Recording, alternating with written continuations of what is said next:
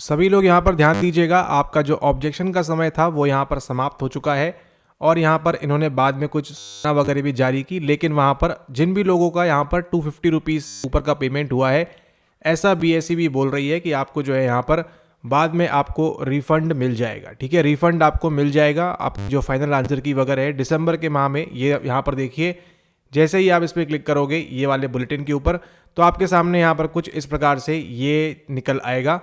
और यहाँ पर देखिए इन्होंने यहाँ पर नीचे मेंशन किया हुआ है कि भुगतान अगर किया है आपने, क्योंकि आपका देखिए आपका बैंक अकाउंट नंबर भी उनके पास है, तो टेंशन की कोई बात नहीं है आपको। ठीक है, उन सभी अभ्यर्थियों को 250 रुपये से अधिक जमा की गई अतिरिक्त राशि दिसंबर माह के अंदर वापस कर दी जाएगी। तो ऐसे जिन भी लोगों ने यहाँ पर एस्टेट साइकोलॉजी का, एस्टेट मनोविज्ञान का ऑब्जेक्शन किया था और उनके यहाँ पर 250 रुपीज़ से ऊपर की पेमेंट हो गई है, तो आपको यहाँ पर दिसंबर में पे कर देंगे, ऐसा बोल रहे हैं।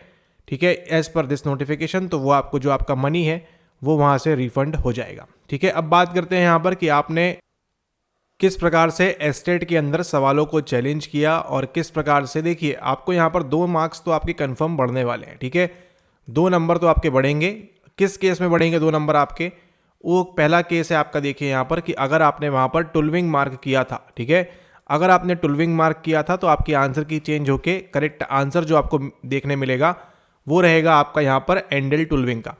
उसके बाद सेकंड जो रहेगा आपका वो रहेगा आपका शाक्टर एंड सिंगर का। दोनों का ही रेफरेंस आपको एनसीईआरटी में काफ़ी सॉलिड तरीके से आपने देखा है उसको, तो एनसीईआरटी के रेफरेंस पर आपको ये 2 सवाल के नंबर आपको वहाँ पर कंफर्म मिलेंगे। ठीक है, ओके। अब बात करते हैं एक बड़ा चंक, एक बड़ा नंबर जो आए थे आपके 70 प्लस सवाल, जो कहाँ से आए थे आपके? सीधा सीधा यूजीसी नेट परीक्षा से आए थे, जो कि सरासर गलत है। ठीक है, और यहाँ पर देखिए केवल इसकी बात नहीं करेंगे कि केवल आपके यहाँ पर साइकोलॉजी के अंदर ऐसा हुआ है। आप देखिए हर पेपर के अंदर, चाहे फिजिक्स हो, केमिस्ट्री हो, ठीक है, किसी भी पेपर के अंदर आप देखिए, हर पेपर के अंदर आपको यहाँ पर यूजीसी नेट से अप्रॉक्सीमेटली 50% के ऊपर सवाल पूछे गए हैं प्रत्येक एग्जामिनेशन के अंदर। ठीक है, तो ये सवाल के अंदर आपको देखिए यहाँ पर ग्रेस मार्क्स वगैरह मिलने की संभावना बढ़ जाती है कि हो सकता है आपको यहाँ पर ग्रेस मार्क्स मिल जाए 20 नंबर अप्रॉक्सीमेटली। 20 से कम होगा ये। ठीक है, 20 से ऊपर होने की संभावना काफ़ी लेस है, लेकिन आपको कम से कम यहाँ पर 15 से 20 नंबर का अगर ग्रेस मार्क मिल जाता है तो यहाँ पर हर किसी एस्टेट के अभ्यर्थी के लिए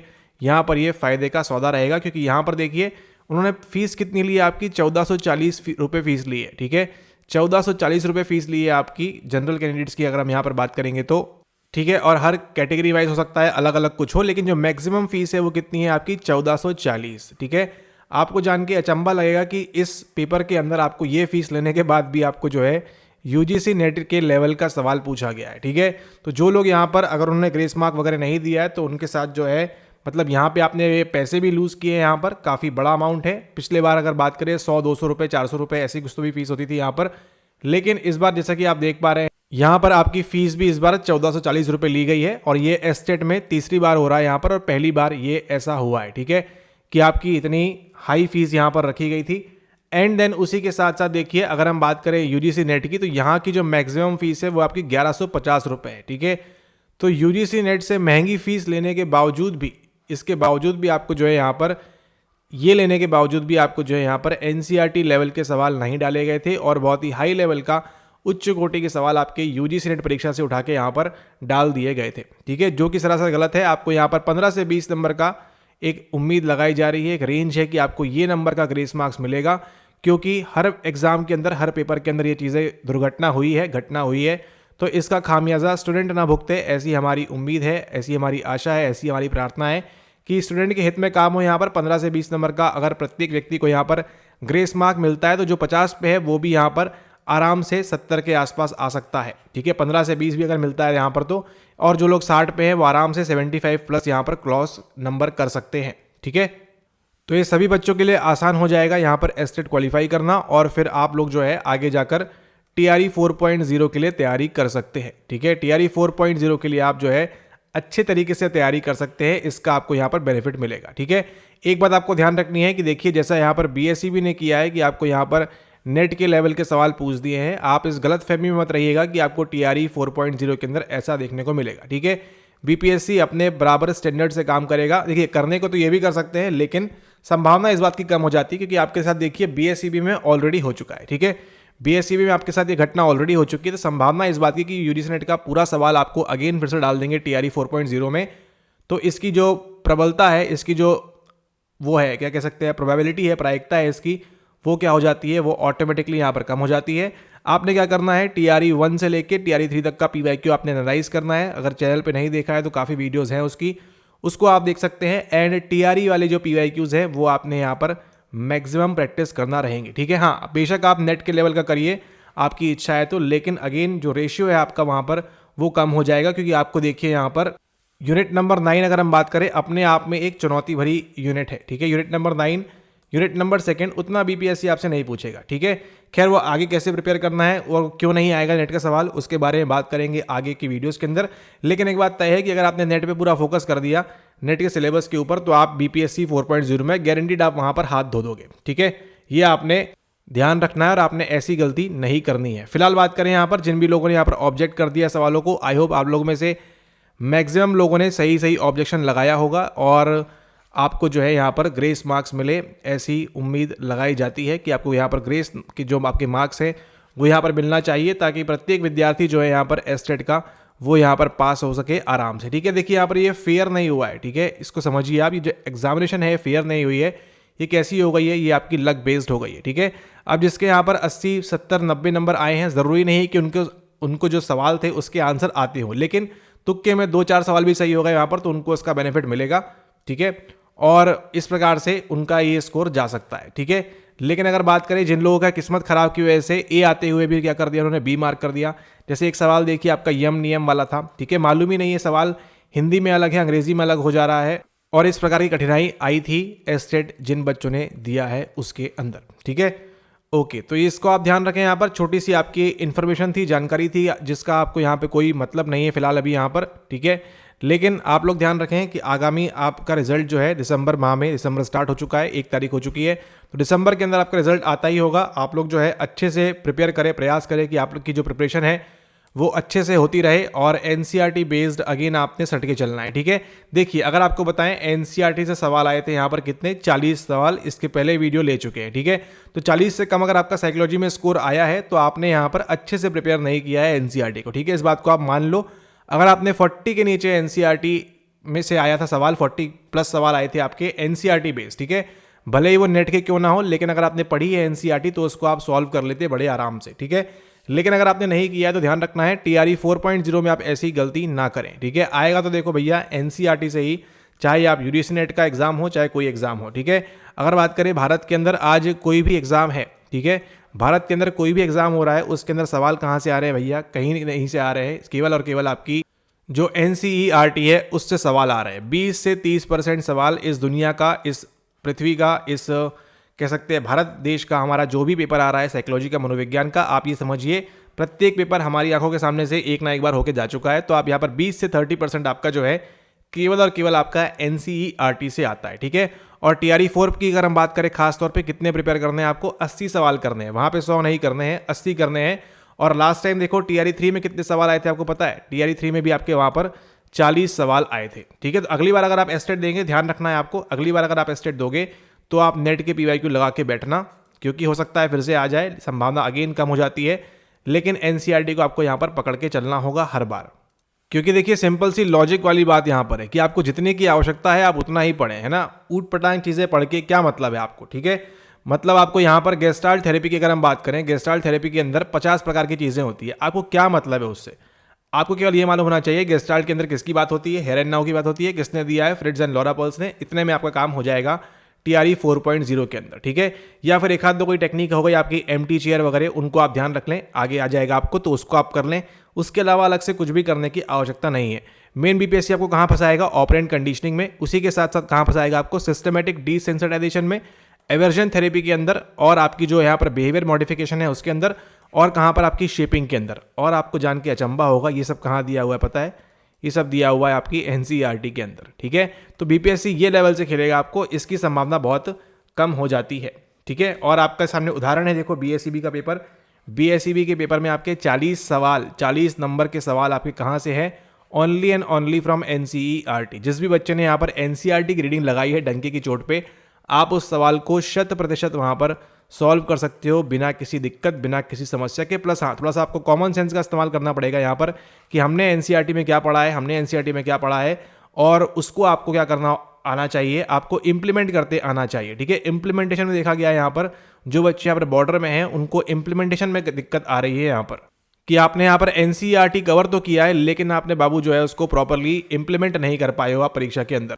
और आप जानते हो इस चैनल के ऊपर केवल साक्ष्यों पे बात होती है, हवा हवाई कोई बात नहीं कि हाँ पढ़ा था, हुआ था, कराया था, ऐसा कुछ नहीं है। आपके सामने एनसीईआरटी खोल के बैठ जाओ, आप पूरा का पूरा कच्चा चिट्ठा आपके सामने खोल देंगे 40 सवालों का। ठीक है, लेकिन यहाँ पर कुछ एग्जाम्पल्स देख लीजिए आप, ताकि आपको आगे के लिए काम आए, आप बेकार की चीज़ें में अपना समय खराब ना करें। ठीक है, अब यहाँ पे देखो सिंपल सा आपका सवाल है, आपका यहाँ पर ये डायरेक्टली कहाँ से पूछा है, आपको एनसीईआरटी से इसको उठाया हुआ है। ठीक है, सवाल क्या बोल रहा है, निम्नांकित में से कौन सा सर्वे को कम से कम समय में संपन्न कर लिया जा सकता है। जिस भी बच्चे, अगर आपने यहाँ पे दूरभाष सर्वे इनके अंदर से अगर आपने इसके अलावा कुछ और मार्क किया है, इसका मतलब क्या है कि आपने एनसीईआरटी नहीं पढ़ी थी प्रॉपरली। ठीक है, अगर आपने दूरभाष सर्वे को छोड़ के कुछ भी और मार्क किया है, इसमें गलती किसकी है, आपकी है। इसमें आप बीएसईबी को नहीं बोल सकते जाके कि भैया आपने जो है नेट के सवाल लगा दिए हमको, ये इसको कौन करेगा। ठीक है, इसको कौन करेगा। अगर आप इसको यहाँ नहीं कर पा रहे हो, बीपीएससी टीआरई 4.0 में आपका जो खेला खत्म है वहां पर। ठीक है, यहां पर देखो आप, ये है आपका चैप्टर नंबर 2 और ये देखिए क्या लिखा है, दूरभाष सर्वेक्षण लिखा है। ठीक है, सर्वेक्षण दूरभाष द्वारा भी किए जाते हैं, ये कोई मतलब नहीं। यहां पर देखो क्या लिखा है, दूरभाष सर्वेक्षण में समय कम लगता है। क्या लिखा हुआ है, दूरभाष सर्वेक्षण में समय कम लगता है, साफ साफ लिखा है आपको यहाँ पर चैप्टर नंबर 2 के अंदर। कौन पढ़ेगा, हम कि आप। ठीक है, पढ़ना होगा आपने। अगर आपने इसको गलत किया है तो आगे के लिए ध्यान रखो भैया, गलती ना होने पाए इस प्रकार से। ठीक है, दूरभाष सर्वे देखो साफ साफ कम से कम समय में संपन्न कर लिया जा सकता है, एनसीईआरटी से उठाया हुआ सवाल है आपका ये। ओके, चलिए अब यहाँ देखिए ये सवाल बहुत इंटरेस्टिंग है क्योंकि ये टीआरई में बाबू रिपीट हो चुका है। टीआरई 1, 2 और 3 में आपको, टीआरई 1, 2, 3 में आपको ये 2 बार तो गारंटीड आया हुआ है कार्टेल पे सवाल। ठीक है, तो यहाँ पर देखिए क्या बोल रहा है, आपसे पूछ रहा है 16 पीएफ परीक्षण पर आधारित है, कैसे गलत कर सकते हो। आइजेंक, अल्पोर्ट और उपरोक्त में से कोई नहीं, ये तो नहीं होगा, ये भी नहीं होगा, ये भी नहीं होगा। सही आंसर क्या है, आपके कैटेल का सिद्धांत साफ साफ दिया हुआ है। और ये कहाँ दिया हुआ है, ये भी दिया हुआ है आपको एनसीईआरटी के अंदर। ठीक है, तो ये सवाल अगर आपने गलत किया है तो आपको समझने की आवश्यकता है कि आपने एनसीईआरटी नहीं पढ़ी थी बिल्कुल भी अच्छे से। ठीक है, यहाँ पर देखिए चैप्टर नंबर 2 के अंदर क्या दिया है, कार्टेल का व्यक्तित्व कारक। रेमंड कार्टेल का यह विश्वास था कि एक सामान्य संरचना होती है, पढ़ लीजिएगा इसको आगे के लिए, तभी आपको चीख चीख के बता रहे हैं कि एनसीईआरटी पढ़ना है। फैक्टर एनालिसिस का इस्तेमाल किया था, यही आपको टीआरई के अंदर पूछा गया है। ठीक है, टीआरई के पीवाईक्यू के अंदर आपको यही पूछा गया। और यहाँ पे देखो क्या लिखा है, 16 पीएफ पर्सनैलिटी फैक्टर क्वेश्चनेयर किसके द्वारा होगा, बट ऑब्वियस सी बात है आपके यहाँ पर रेमंड कार्टेल के द्वारा होगा। आइजेंक का सिद्धांत यहाँ पर क्यों आएगा, बताइए, आइजेंक यहाँ पर क्यों आएगा, क्यों, बिल्कुल भी नहीं आएगा। ठीक है, आइजेंक के अंदर दिया है क्या, नहीं दिया है। किसके अंदर दिया है, इसको आपके कार्टेल के अंदर दिया हुआ है, तो ये आपका आंसर हो गया। उसी के साथ साथ देखिए यहाँ पर ये जो आपको दिए हैं नीचे कारक, व्यक्तित्व का पंच कारक मॉडल, ये भी आपको पूछा गया है इसी पेपर के अंदर। 2 सवाल देखो आपके यहाँ पर, 2 सवाल कहाँ से बने हैं, सीधा सीधा केवल आपके इसी एक सिंगल पेज से बने हुए हैं। ठीक है, ये आपकी ओशियन की थ्योरी दी हुई है यहाँ पर। ठीक है, ओशियन की बात है, अनुभवों के लिए खुलापन, बहिर्मुखता, सहमतिशीलता, तंत्रिका ताप और अंतर्विवेकशीलता, साफ साफ यहाँ पर दिया हुआ है इसका ओशियन का सिद्धांत। ठीक है, अगली बार के लिए ध्यान रखो किसने दिया है, रॉबर्ट मैक्रे ने दिया है, और आपके एक और नाम है इनका, रॉबर्ट मैक्रे और पॉल कोस्टा। कब दिया है इन्होंने, 1972 के अंदर इसको दिया था। ठीक है, यहाँ पर देखिए अगर आप ऊपर आएंगे तो आपको ये सवाल भी ऊपर आपको देखने मिलेगा जरूर कहीं ना कहीं। ठीक है, ये आपको ध्यान रखना है। अब ये सवाल देखिए, कौन सा गहराई का एक कोशिकीय संकेत नहीं है, जाकर पढ़िएगा आपके एनसीईआरटी के, आपका जो 3rd 4th चैप्टर है आपका, सॉरी 5th है जो आपका अटेंशन वाला, वहां आपको देखने मिलेगा एक कोशिकीय संकेत। ठीक है, दोनों मिलेंगे आपको, मोनोक्यूलर क्यू भी मिलेगा, उसी के साथ साथ बाइनोक्यूलर क्यू भी आपको वहां देखने को मिलेगा। ठीक है, और टेंशन की कोई बात नहीं है, घबराने की कोई बात नहीं है, टीआरई में भी आपको ये सवाल आएगा। ठीक है, 1, 2, 3 में भी आया है, आगे भी आपको ये सवाल आएगा टीआरई के अंदर। ठीक है, 2 आपको दिखा दिए, अब क्या चाह रहे हो आप बताओ। ये सब के सब आपको जो है एनसीईआरटी के द्वारा इसको सवालों को उठाया गया है। ठीक है, कुछ सवालों को अगर छोड़ दे, मेरिकल क्वेश्चन वगैरह ये सब छोड़ दे, ये तो आपका सीधा सीधा यूजीसी नेट से उठाया है। लेकिन आप देखिए 40% सवाल आपके जो है 100 के अंदर से आपको पूछे गए हैं कहाँ से, आपको पूछे गए हैं ये वाले पेपर से, आई मीन आपकी जो NCERT है वहाँ से। अब ये देखिए इसको कैसे गलत कर सकते हैं आप इस सवाल को। ये सीधा सीधा बेसिक आपके NCERT से लिया हुआ है, पहली ही लाइन में आपको देखने मिल जाएगा। दिखाते हैं अभी। अधिगम में व्यवहार परिवर्तन होता है, किस प्रकार से होता है? अस्थाई, स्थाई, same to same, copy paste definition है आपकी NCERT के द्वारा। इसको तो आप गलत कर ही नहीं सकते। ये एक नंबर आपने फ्री का छोड़ दिया, गलत कर दिया आपने तो। ठीक है, इस सवाल को देखिएगा अभी, सीधा सीधा आपके NCERT से उठाया गया है। आप परेशान हो रहे हो कि 73 सवाल हमको कहाँ से पूछ लिए। 73 सवाल आपको UGC नेट से पूछ लिए, लेकिन बाकी के 40 सवालों का क्या? इन 73 में से भी आप 13 सवालों को बड़े आराम से निकाल सकते हो, केवल अगर आपने NCERT की प्रॉपर रीडिंग की है तो। ठीक है, अधिगम में व्यवहार परिवर्तन होता है, अस्थाई, स्थाई, अपेक्षाकृत स्थाई, रिलेटिवली परमानेंट यहां बोल रहे हैं। और यहां पर देखिए चैप्टर नंबर 6 के अंदर देखिए पहली ही स्टेटमेंट, चैप्टर शुरू होते ही, इसलिए आपको कहते हैं ना कि इसकी एक एक शब्द एक एक लाइन इसका इंपॉर्टेंट है। ठीक है, यहां पे देखो क्या लिखा है। लिखा है यहां पर, अधिगम को हम अनुभव करने के कारण व्यवहार में अथवा व्यवहार की क्षमता में होने वाले अपेक्षाकृत स्थायी परिवर्तन के रूप में परिभाषित करते हैं। अंग्रेजी में क्या हो जाएगा? Relatively permanent. ठीक है, तो इसी प्रकार से आपको जो है रिलेटिवली परमानेंट रीडिंग लगानी है किसकी? NCERT की, आगे आने वाले समय के लिए भी। जब जब आप BPSC का या फिर BSEB का एग्जाम दे रहे हो, NCERT आपके लिए गीता है, बाइबल है, कुरान है। इसको आपने जो है प्रॉपरली पकड़ के चलना है, NCERT को 11th एंड 12th, इसके अलावा कुछ नहीं। ठीक है, केवल एक बार इस वाले सेशन के अंदर 2025 के अंदर एक अपवाद हो चुका है कि 73 आ गए हैं, लेकिन आगे ऐसा होने की संभावना बहुत ही न्यून है, बहुत ही कम है। तो आप जो है NCERT पढ़ो, उसके अलावा और कुछ करने की आवश्यकता नहीं है। ठीक है, फिर भी देखो यहाँ पर 40 सवाल आपके NCERT से निकल जाएंगे। अगर नहीं भी निकाल पा रहे हो आप, अगर 73 सवाल नहीं पूछे होते तो बाकी के सवाल भी आपके 40+ सवाल कितने होते? 80 सवाल आपके यहाँ पर बड़े आराम से, 80 क्या पूरे के पूरे 100 आपको यहाँ पर पूछ लेता। कहाँ से? केवल और केवल आपकी NCERT से। लेकिन चूंकि एक आपका बैड इंस्टेंस है यहाँ पर, और न जाने क्या सोचते हुए इस बार के साइकोलॉजी पेपर को या किसी पेपर की बात करें हम यहाँ पर सेट किया गया है। पता नहीं क्या मानसिकता रही होगी, क्या सोच रही होगी, क्या विचार रहे होंगे। लेकिन आपको ध्यान रखना है आगे के लिए, अगर आप TRE प्रिपेयर कर रहे हो तो TRE के लिए आपको जो है 4.0 के लिए NCERT ही करना है। ठीक है, अब आपको मर्जी है, आपको नेट लगाना है लगा लो, उससे कोई फ़ायदा नहीं होगा। मैक्सिमम फ़ायदा आपको कहाँ से होगा? अगर आप NCERT की अच्छी रिपीट करते हुए तैयारी करते हो तो। ठीक है, जब तक आपकी NCERT 11th एंड 12th मजबूत ना हो जाए, उस तब तक आप नेट के सिलेबस को ना छुएं तो आपको ज़्यादा फायदा होगा। ठीक है, लेकिन हाँ, चूंकि अब आपके अंदर डर का माहौल है तो इसका फायदा उठाया जा सकता है, लेकिन हम ये अभी भी सजेस्ट नहीं करेंगे आपको यहाँ पर कि आप ये चीज़ करें। ठीक है, आपको कोई आवश्यकता नहीं है करने की। ठीक है, अब यहाँ पर देखो वो चेंजेस क्यों कर रहे हैं, उनको इतना सोचना विचार क्यों करना पड़ रहा है BSEB वालों को? क्योंकि उनको ही मालूम है कहीं ना कहीं उन्होंने जो है गलती कर दी है यहाँ पर इस प्रकार से देकर। ठीक है, और BPSC में अगर हो जाएगा, जो कि चयन भर्ती होगी, भर्ती परीक्षा होगी, उसके अंदर ऐसा होगा तो इससे बड़ा बवाल होगा। और फिर आप समझ रहे हो क्या सारी चीज़ें हो सकती हैं। स्वागत है आपका हमारे बिहार में।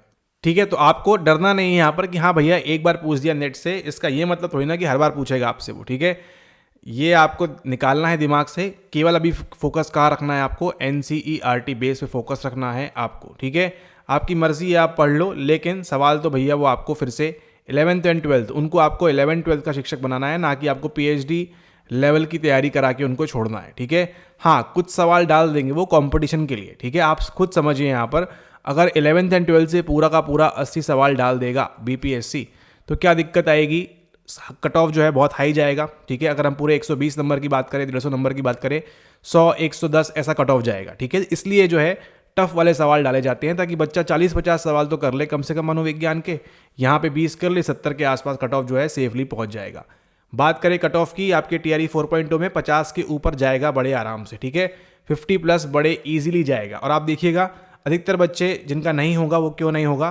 क्योंकि वो अगेन फिर से एक बार NCERT नहीं पढ़ेंगे प्रॉपरली। ओके, क्योंकि गलती कहाँ होगी? गलती होगी इसी प्रकार के रिलेटिवली परमानेंट वाले सवालों के अंदर। भले ही आपने UGC नेट को सुबह शाम पढ़ लिया, पूरे के पूरे PYQs लगा लिए, लेकिन आप एग्जाम के अंदर जाके रिलेटिवली परमानेंट जैसे सवालों को वहाँ पर आप सॉल्व नहीं कर पाओगे। इसलिए आपसे कह रहे हैं आपकी जो बेसिक्स है वो बहुत स्ट्रांग होने चाहिए, बेसिक्स आपके काफ़ी मजबूत होने चाहिए। और इसके लिए मदद कौन करेगा? मदद करेगी आपकी NCERT। ठीक है, हम तो कहेंगे कोई नोट नहीं, किसी प्रकार के नोट्स नहीं, किसी प्रकार का स्टडी मटेरियल नहीं, कुछ भी रेफर करने की आवश्यकता नहीं है। एनसीईआरटी अगर आप 11th या 12th की अच्छे से कर रहे हो तो हाँ, नोट्स रेफर कर सकते हो आप, स्टडी मटेरियल कर सकते हो, लेकिन वो अलग ऊपर लेवल जाने की बात है, हाई लेवल जाने की बात है, तब की बात है, ठीक है।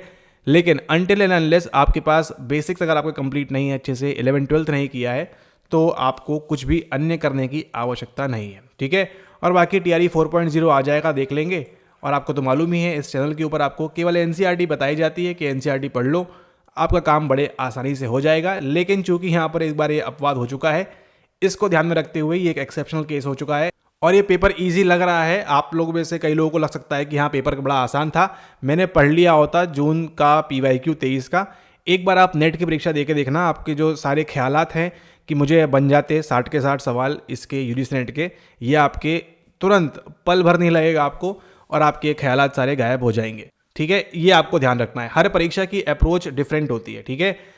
हर परीक्षा की अप्रोच डिफरेंट होती है, हर किसी की जो कह सकते हैं परीक्षा पूछने की शैली होती है, प्रश्न पूछने की, वो डिफरेंट होती है, ठीक है। अगर आप नेट की तैयारी कर रहे हो तो आपको वो सवाल आपको आसान लगना स्टार्ट हो जाएंगे, लेकिन चूंकि आप यहाँ पे एस्टेट और BPSC की तैयारी कर रहे हो तो इसलिए आपको ये टफ लग सकता है। लेकिन जब आप इसकी तैयारी करोगे, ठीक है, तब आपको ये जो सवाल हैं आपके आसान वाले टफ लगेगा, आपको लगेगा अरे ये क्या पूछ रहे हैं यहाँ पर, ठीक है। तो आपको ध्यान रखना है, जिस परीक्षा के अंदर आप बैठ रहे हो उसको करने का अप्रोच, उसको करने की शैली जो है डिफरेंट हो जाती है, ठीक है। तो इस बात को आपने यहाँ पर ध्यान रखना है भली भांति कि आपकी जो परीक्षा होने वाली है उसके लिए जो स्टैंडर्ड सेट किया हुआ है प्रीवियस PYQs के अंदर, वो आपका NCERT बेस का था और वो वैसे ही रहने वाला है, ठीक है। हाँ, कुछ चेंजेस होंगे अगर, तो धीरे धीरे होंगे, उनके बारे में बात करेंगे हम आगे आने वाली वीडियोज़ के अंदर। फिलहाल आपका जो यहाँ पर है ऑब्जेक्शन ओवर हो चुका है, काफ़ी बातें हो चुकी है इस वीडियो के साथ में, तो आप इसको ध्यान रखें। हो सकता है आपको लगे कि यूजीसी नेट का आप पढ़ लोगे तो आपका हो जाएगा TRE 4.0 में, तो कॉन्ग्रेचुलेशंस आपको, ऐसा आपने ज़रूर करना चाहिए। लेकिन फिर भी आपको कहेंगे कि 2 दिन पहले 4 दिन पहले आप क्या करो, NCERT को रिवाइज करना स्टार्ट करो, क्योंकि वहाँ से फिर से एक बार कॉपी पेस्ट होकर सवाल फंसेगा। पेपर हो जाने दीजिए, फिर से देखेंगे यहाँ पर कि उन्होंने क्या किया हुआ है, ठीक है। लेकिन हाँ, थोड़ी सी तैयारी आपको जो है नेट के लेवल की बना के चलनी है। इसका ये मतलब नहीं है कि नेट के सवाल सॉल्व करने बैठोगे, वैसा नहीं पूछेगा आपसे BPSC, ठीक है। BPSC का पैटर्न कंप्लीटली चेंज हो जाता है, ये आपको भली भांति मालूम है। और ये रहा आपका इसका नमूना, ये सवाल देखिए, आपको मालूम पड़ेगा कि BPSC किस प्रकार से टच करने वाला है। वैसे वहाँ पे ऐसा नहीं है कि ABCD 4 ऑप्शन है मार्क कर दो, नहीं भैया, गलती नहीं। प्रैक्टिस आपको कैसी करनी है, प्रैक्टिस आपको इसी प्रकार के ऑप्शन की करनी है। More than one of the above, none of the above, ऐसे सवाल आपको BPSC देने वाला है, ठीक है। तो कैसे क्या करना है आगे हम बात करेंगे कंप्लीट डिटेल के अंदर। तो अगर आपके पास ध्यान रखना है PYQs नहीं है, तो आप हमारी ये जो BPSC की PYQ ई-बुक है, इसको आप ले सकते हैं। कैसे ऑर्डर करना है, तुरंत आपको मिल जाएगी आपके मेल ID के ऊपर, ठीक है, कुछ ही घंटों के अंदर। तो इसके लिए आप डिस्क्रिप्शन चेक कर लें, डिटेल्स दी हुई है वहाँ पर। तो आपको ये PYQ ई-बुक, जिसके अंदर आपका भाषा का पेपर, जनरल स्टडीज़ का पेपर और मनोविज्ञान का तीनों पेपर आपके यहाँ पर इंक्लूडेड है। एक बार दिखा देते हैं यहाँ पे किस प्रकार से, जिस प्रकार से सवाल आए हुए हैं, फिर आपके पूरा आया है भाषा का, मनोविज्ञान का और आपके जो GK का है। उसके बाद आपकी यहाँ पर आंसर की लगी है, जैसी BPSC ने आपको दी है ऑफिशियली, ताकि आपको यहाँ पर अलग अलग चीज़ों को ना देखना पड़े, ठीक है। आप सब जगह सारे पेपर आप एक जगह मिल जाए आपको, उसके लिए इसको प्रिपेयर किया गया है। तो इसको लेने के लिए आप जो है डिस्क्रिप्शन चेक कर सकते हैं और वहाँ से आप इसको ऑर्डर कर सकते हैं। चंद पलों के अंदर, चंद मिनटों के अंदर, घंटों के अंदर आपकी जो मेल बॉक्स पे पहुंच जाएगी, ठीक है। अब ऑब्वियस सी बात है 12 बजे आप ऑर्डर प्लेस करोगे तो नहीं पहुंचेगी। अर्ली मॉर्निंग सुबह 8, 9, 10, 11, 12 बजे तक जब भी टीम एक्टिवेट होगी तो वो आपको वहाँ से भेज देंगे, ठीक है। तो ये आपने ध्यान रखना है और इसको प्रैक्टिस करना आपके लिए ज़रूरी है। और क्या कैसे करना है आगे बात करेंगे हम आने वाली वीडियोज़ के अंदर। अगर आप ये पहली बार देख रहे हो तो क्या कर रहे हो, आप इसको यहाँ पर सब्सक्राइब कर लो चैनल को, मर्जी हो तो, नहीं है तो कोई बात नहीं। PYQs लगाना इंपॉर्टेंट है। टेलीग्राम पे ज्वाइन नहीं किया है तो वो भी आप ज्वाइन कर सकते हैं, पिन कमेंट में आपको मिल जाएगी डिटेल्स, वहाँ से ज्वाइन करके आप जो है और भी आने वाले बेनिफिट्स जो हैं आपके, और भी जो आने वाले आपके वीडियोस वगैरह हैं उनके बारे में आपको जानकारी प्राप्त होती रहेगी, ठीक है। Okay, thanks for watching the video, have a nice day, take care.